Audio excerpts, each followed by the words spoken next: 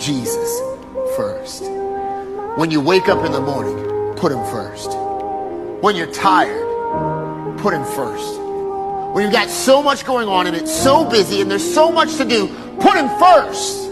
The reality is that you can make it without the things that are stressing you out. But you can't make it without Jesus. You've got to put Jesus first.